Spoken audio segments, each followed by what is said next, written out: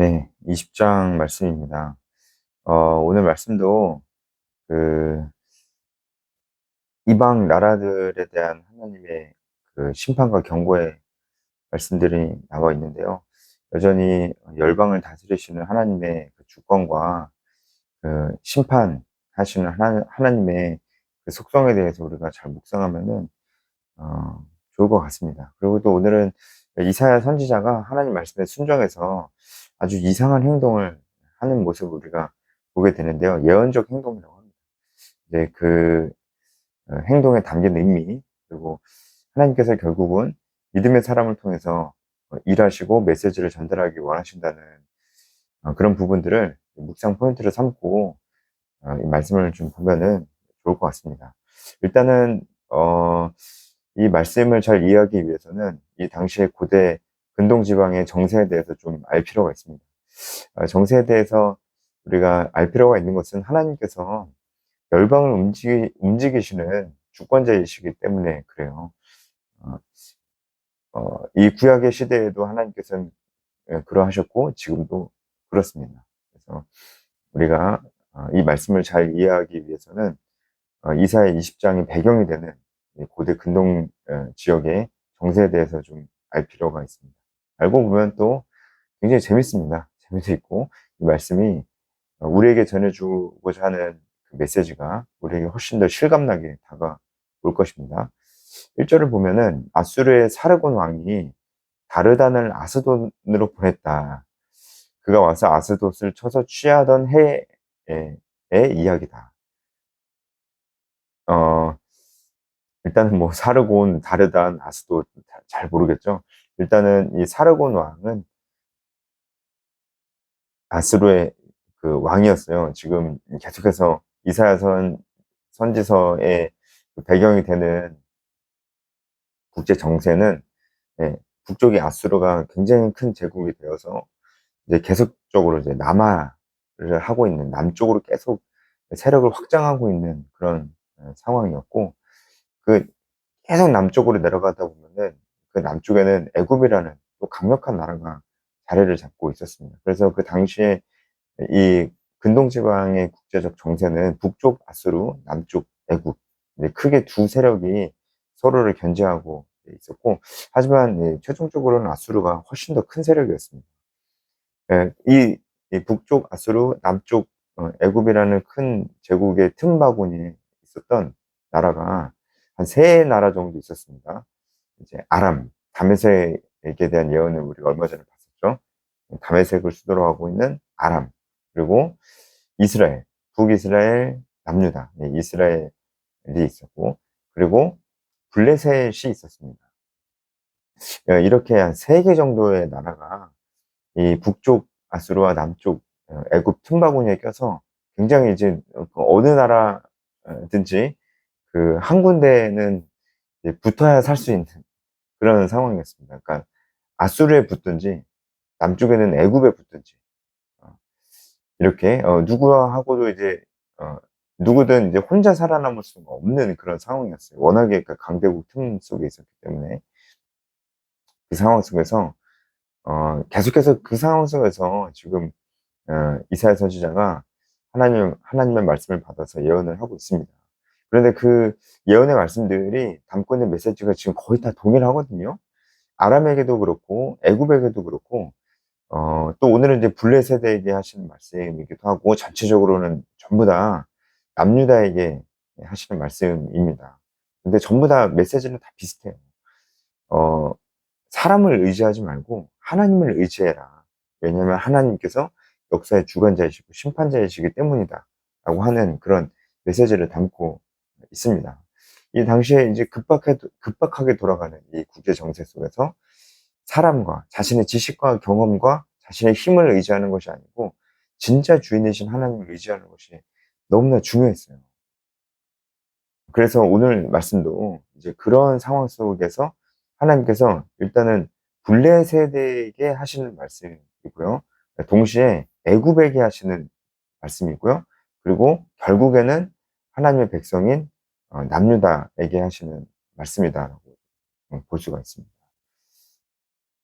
일단은 이 아수르의 강력한 패권을 쥐고 있는 아수르의 왕이 사르곤이었고, 이 다르다는 아수르의 군대 장관이었습니다. 군대 장관을 보내서 이제 블레셋의 도시인 아스돗을 치게 한 것이죠.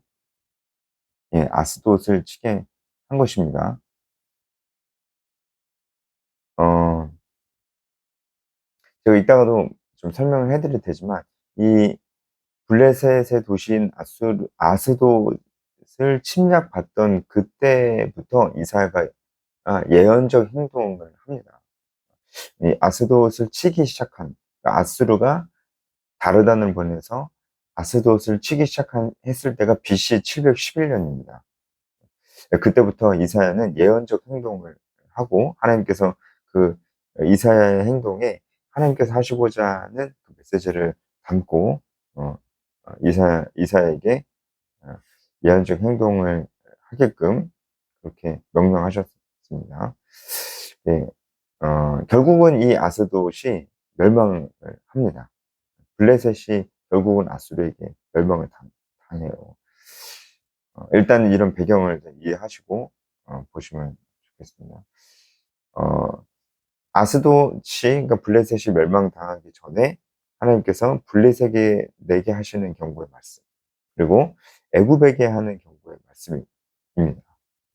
왜 지금 아수르가 블레셋을 침공하고 있는 상황 속에서 하나님께서는 왜 이 말씀을 애굽을 향한 경고의 말씀으로 삼기를 원하시느냐, 이것도 좀 우리가 알 필요가 있는데, 국제 정세에 대해서 제가 조금 더 설명을 드리겠습니다. 네, 이 말씀에 애국과의 관련성이 있다는 것을 알려면은 이, 이 국제 정세를 조금 더 알아야 됩니다. 이 지금 블레셋은 자신의 나라에 아수르가 침공해 온다는 것을 알게 됐죠. 그래서 이 블레셋의 왕이었던 야만이라는 이런 블레셋의 왕이 이제 애굽에 가서 도움을 요청하게 됩니다. 이 당시에 애굽은 구스인인 이제 어, 구스인이 다스리고 있었고, 애굽의 왕은 샤바카였습니다. 샤바카라는 구스인이 애굽을 다스리고 있어요. 강력한 구스 왕조가 형성이 돼 있을 때였습니다. 애굽을 통일해서 강력한 하나의 왕조를 이룩하고 있을 때였습니다. 이때 이제 블레셋이 아수르에 쫓겨서 도움을 요청하러 애굽에 오니까, 애굽 왕이었던 샤바카는 굉장히 이제 자신만만하게 기세등등하게 굉장히 허세를 떨었어요. 뭐 아수르 아무것도 아니라고 하면서 허세를 떨었는데요. 이제 반전이 있는데, 아수르가 이제 쭉 남하를 해서 남쪽으로 내려와서 어, 애굽까지 압박을 해오기 시작했어요. 딱 그러니까 이제 이 애굽 왕이었던 샤바카는 이 블레셋 왕인 야만이를 그냥 사르곤 왕에게 넘겨줘버리고 말았어요. 블레셋 왕이었던 야만이는 이제 믿었던 애굽 왕이었던 샤바카에게 배신을 당한 꼴이었죠. 그래서 하나님께서 계속해서 블레셋에게, 물론 남유다에게도 그랬지만 애굽을 의지하지 말라고 계속 그랬었고요. 예, 이 말씀이 애굽에게 또 경고가 되고 있는 것은 이제 너도 얼마 안 남았다, 이 말씀이죠. 블레셋이 멸망당하는 것을 보면서 하나님께서는 이 교만했던 애굽에게도 말씀하고 계신 거죠. 너도 마찬가지다. 너도 얼마 안 남았다. 이렇게 경고하시는 말씀이기도 합니다. 그래서 오늘 말씀에도 애굽의 이야기가 나오거든요. 실제로 블레셋이 713년에 멸망당하고 나서 40년 후에 애굽도 아수르에 의해서 멸망당하게 됩니다.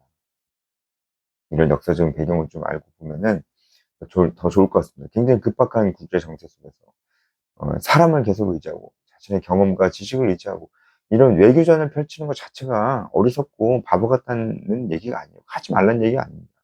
우리 마음속의 중심이 궁극적으로 무엇을 의지하고 있느냐라는 것이죠. 우리 마음과 중심이 그냥 바보같이 살으라는 얘기가 아니고, 우리 지식과 경험을 활용해서 우리가 우리 지혜의 원료로 삼아야죠. 하지만 우리 중심에 무엇이 있느냐라는 것을 하나님께서 계속해서 물어보고 계신 것이죠. 이게 정말 다르거든요. 우리 지식과 경험을 사용해야죠. 활용해야죠. 그리고 그걸 우리의 지혜의 원료로 삼되 우리 중심에 무엇이 있느냐가 중요해요. 우리 중심에 하나님이 계시다면은 우리는 정말 흔들리지 않을 것입니다. 그리고 하나님께서 원하시는 대로 우리가 그때그때 처세를 할 수가 있을 것이고, 우리가 급박하게 돌아가는 어떤 이런 정세, 그리고 이 세대를 읽어낼 수 있는, 분별할 수 있는 지혜를 우리가 얻을 수가 있어요. 그런데 하나님을 전적으로 의지하지 않고 하나님 말씀을 잘 모를 때 우리는 어리석은 판단을 하게 되고 세상을 더 의지하게 되면서 어 두려움에 휩싸이게 될 수 있습니다. 이제 그 어 남유다의 아하스 왕이 그랬죠. 그래서 친아수르 정책을 피면서 망했죠. 우리가 그런 좀 역사적인 교훈을 이사야 선지자서를 통해서 좀 얻을 수가 있습니다. 2 절을 보면은 음 이사야에게 말씀하여 이르시되 갈지어다. 이 말씀이 히브리어로 보면은 어 그가 이사야의 손으로 말씀하셨다. 가라. 이렇게 나와 있거든요. 어 근데 이제 한글 성경은 이사야에게 그냥 말씀하셨다. 이렇게 나오는데 원어에는 손으로 말씀하셨다. 이게 무슨 말이냐면 귀에다 말씀하셨다. 원래 이렇게 얘기해야 되는데 손으로 말씀하셨다. 이렇게 얘기해요. 그러니까 이사야의 손에다 대고 말씀하신 것처럼 이렇게 나오는 거죠. 이것은 하나님께서 강력하게 행동을 요청하시는 것입니다. 그러니까 믿음의 사람들에게 하나님께서는 지금도 이사야에게 하셨던 것처럼 행동을 요청하십니다. 행동 없는 믿음이 없어요. 행동 없는 믿음. 그럼 어떤 것을 행동해야 될까요? 하나님께서 명령하신 것에 대해서 순종하는 것이 하나님께서 원하시는 행동이죠. 그러니까 우리도 지금 이 시대를 살면서 하나님께서 우리에게 어떤 행동을 요청하셨는지를 잘 생각해 봐야 돼요. 그것이 우리의 궁극적인 사명이다라고 할 수가 있는 것이죠. 분명한 것은 우리가 하나님 말씀을 보고 그 말씀 앞에 서고 기도하며 예배드리는 것이 굉장히 중요한 일임에도 불구하고 그것 자체가 사명이 될 수는 없습니다. 그것은 어떻게 보면은 우리가 너무나 우리의 영혼의 생명을 위해서 숨 쉬는 것처럼 당연한 거예요. 숨을 안 쉬면 죽잖아요. 죽으면 어떻게 사명을 이루겠어요? 그러니까 숨 쉬는 것만큼 당연하고 중요한 일인데, 그렇다고 "당신은 왜 삽니까? 왜 살아갑니까?" 했을 때 "아 나는 숨쉬기 위해서 삽니다." 이럴 수는 없잖아요. 그러니까 사명은 이 숨 쉬는 것과는 별개로 반드시 존재한다는 거죠. 그렇다면 우리가 숨 쉬는 것처럼 중요한 개인적인 말씀 시간, 기도 시간, 그리고 이 공적 예배 시간을 확보하고 그 이외에 우리가 반드시 수행해야 될 믿음의 행동으로서 수행해야 될 사명은 무엇인가라는 것을 생각해 보는 일은 아주 중요한 일입니다. 왜냐하면 지금 하나님께서 이사야 선지자에게 행동을 촉구하고 계시기 때문입니다. 우리의 사명은 복음을 전하고 제자를 삼는 것이 우리의 사명이 되겠죠. 하나님께서 이사야 선지자에게 굉장히 강력하게 행동을 촉구하시는데 그 내용이 좀 충격적이에요. 내 허리에서 배를 끌고 내 발에서 신을 벗어나. 배를 끌고. 그러니까 배옷을 입고 있었던 것 같아요, 이사야 선지자가. 이것은 이제 아마도 이쯤에서 이제 북이스라엘이 멸망을 당하는데, BC 722년에 북이스라엘 멸망을 당하잖아요. 이 일은 그 이후의 일인데, 북이스라엘이 멸망을 당함으로 인해서 아마 이사야 선지자가 베옷을 입고 살았을 수도 있습니다. 그래서 어쨌든 옷을 벗으라는 거예요. 그래서 옷을 완전히 속옷까지 다 벗은 건 아니고요. 속옷은 입고 있었던 것으로 보입니다. 그러니까 속옷만 입고 다녀라. 하지만 이 고대 근동 지역의 사람들은 속옷만 입고 있는 것도 다 벗은 것으로 봤어요. 그러니까 하나님께서는 이사야 선지자에게 속옷만 입고 3년을 다녀라. 이렇게 얘기를 하신 거예요. 그리고 신을 벗으라라는 얘기도 참 순종하기 어려운 부분이었는데, 신을 벗는 것은 노예만 하던 일이었습니다. 그러니까 당시 사람들에게 굉장히 수치스러웠던 행동들을 다 하게 만든 거예요. 벌거벗고, 그리고 신을 벗으라. 그렇게 3년을 다녀라. 이렇게 말씀하신 거예요. 그래서 3절 보면 3년 다녔다고 이렇게 나와 있잖아요. 이것이 애굽과 구스에 대해서, 애굽의 구스입니다. 애굽과 구스에 대하여 징조와 예표가 되었느니라. 그러니까 이 메시지가 분명히 애굽을 향하여 있다는 것을 알 수가 있죠. 동시에 여기 나오진 않았지만 블레셋을 향한 것이기도 합니다. 왜냐하면 블레셋이 아수르의 침공을 받기 시작하면서부터 이 예언적 행동을 했거든요. 그러니까 블레셋에게 있어서는 하나님께서 하시려는 메시지가 애굽을 의지하지 말고 하나님을 의지해라. 이렇게 말씀하시는 거였고, 애굽에게 이 메시지는 애굽 교만하지 말아라. 라는 메시지를 주시라고 한 거였습니다. 이 벗은 발로 다니는 것은요, 어떤 부분에 있어서 징조가 되냐면은, 너희들 이렇게 노예가 될 것이다. 그러니까 포로로 끌려갈 것이다. 블레셋 사람들, 애굽 사람들 다 포로로 끌려갈 것이다. 이런 의미에서 예표가 되고 있는 거예요. 그런 메시지를 하나님께서 애굽과 블레셋에게 주고 계시는 것입니다. 4절 보면 이와 같이 애굽의 포로와 구스에 사로잡힌 자가 다 나오죠. 여기 아수르 왕에게 끌려갈 때 젊은 자나 늙은 자가 다 벗은 몸과 벗은 발로 볼기까지 드러내 애굽의 수치를 보일 것이다. 합니다. 나옵니다. 그들이 바르던 구스와 자랑하던 애굽으로 말면 그들이 놀라고 부끄러워할 것이다. 네, 이것은 이제 일단은 1차적으로 블레셋 사람들을 향해서 말씀하시는 것입니다. 블레셋 사람들이 친애굽 정책을 펴면서 실제로 블레셋 왕이 애굽의 왕에게 가서 샤바카에게 가서 도움을 요청했으니까요. 그런데 그것으로 말미암아 부끄러움을 당하게 됐잖아요, 결국은. 예, 애굽에게 배신을 당하게 됐잖아요. 동시에 이 말씀은 남유다를 향해서 하시는 말씀입니다. 남유다가 친아수르 정책을 펴다가 또 나중에는 아수르가 침공해 오니까 애굽을 의지하려고 했어요. 애굽을 의지하지 말아라. 애굽을 의지하지 말으라고 굉장히 하나님께서 말씀을 많이 하십니다. 그런데 자꾸만 이제 애굽을 의지하려고 했고 히스기야 왕도 애굽을 의지하려고 했던 적이 있었어요. 하나님께서 그거에 대해서 책망을 하시죠. 네, 그것들이 다 제가 아까도 말씀드렸지만 외교적인 정책일 수도 있지만 사실 궁극적으로는 그들의 마음과 중심 속에서는 하나님을 의지하는 것이 아닌 하나님보다 더 다른 것을 의지하려고 하는 것이 있었기 때문입니다. 네, 6절. 예, 그날에 이 해변 주민이 말하기를 우리가 믿던 나라 곧 우리가 아수르 왕에서 벗어나기를 바라고 달려가서 도움을 구하던 나라가 이같이 되었은즉 우리가 어찌 능히 피하리요 하리라. 여기서 해변 주민은 이것도 이제 1차적으로는 블레셋, 2차적으로는 유다 백성을 얘기합니다. 예, 블레셋은 일단은 다그 해변에 살았었습니다. 해변을 중심으로 이루어져 있었던데 블레셋이었고, 2차적으로는 남유다를 가리키는 것일 수도 있는데 남유다도 해변을 끼고 있는 지파가 있었기 때문입니다. 그래서 이제 둘 다 이게 말씀하시는 것입니다. 그래서 아수르 왕에게 벗어나기 위해서 블레셋이나 남유다나 친애굽 정책을 펼쳤잖아요. 그것이 하나님을 의지하지 않는 행동들이었습니다. 그래서 우리가 도움을 구하던 나라가 이렇게 되었는데 우리가 어찌 능히 피하리요 이렇게 얘기를 하잖아요. 그래서 결국은 이 역사의 주관자이신 하나님을 의지해야 된다. 우리가 할 필요가 있습니다. 우리 인생에도 마찬가지입니다. 우리 인생도 하나님만을 의지해야 하는 것을 정말 중요하게 생각해야 돼요. 하나님을 의지하는 것이 무엇일까요? 하나님 말씀대로 사는 것이 하나님을 의지하는 거겠죠? 그리고 하나님께서 우리에게 주신 명령에 순종하는 것이 하나님을 의지하는 것입니다. 기도만 맨날 기도만 한다고 꼭 그러지는 않아요.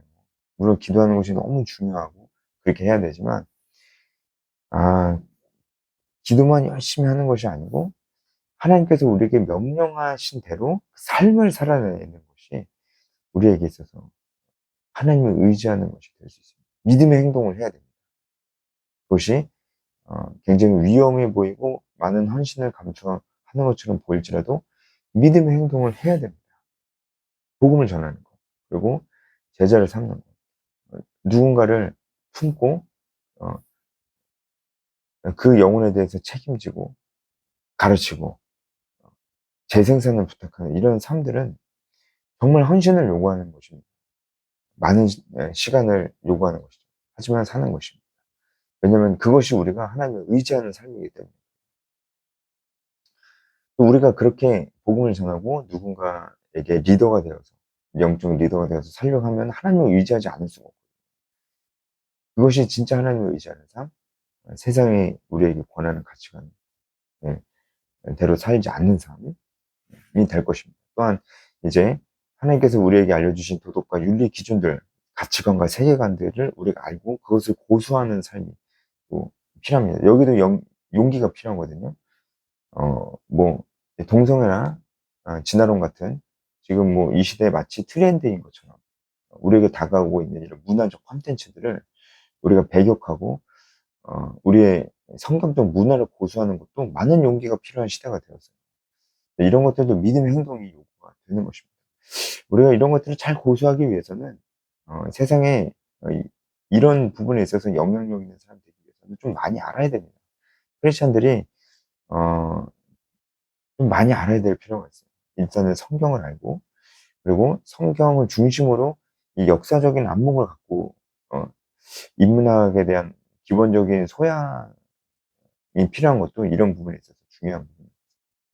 그래서 결국은 우리 마음과 중심의 하나님을 의지하는 것이 얼마나 중요한지를 우리가 묵상할 수 있을 것 같습니다. 여기까지 하겠습니다.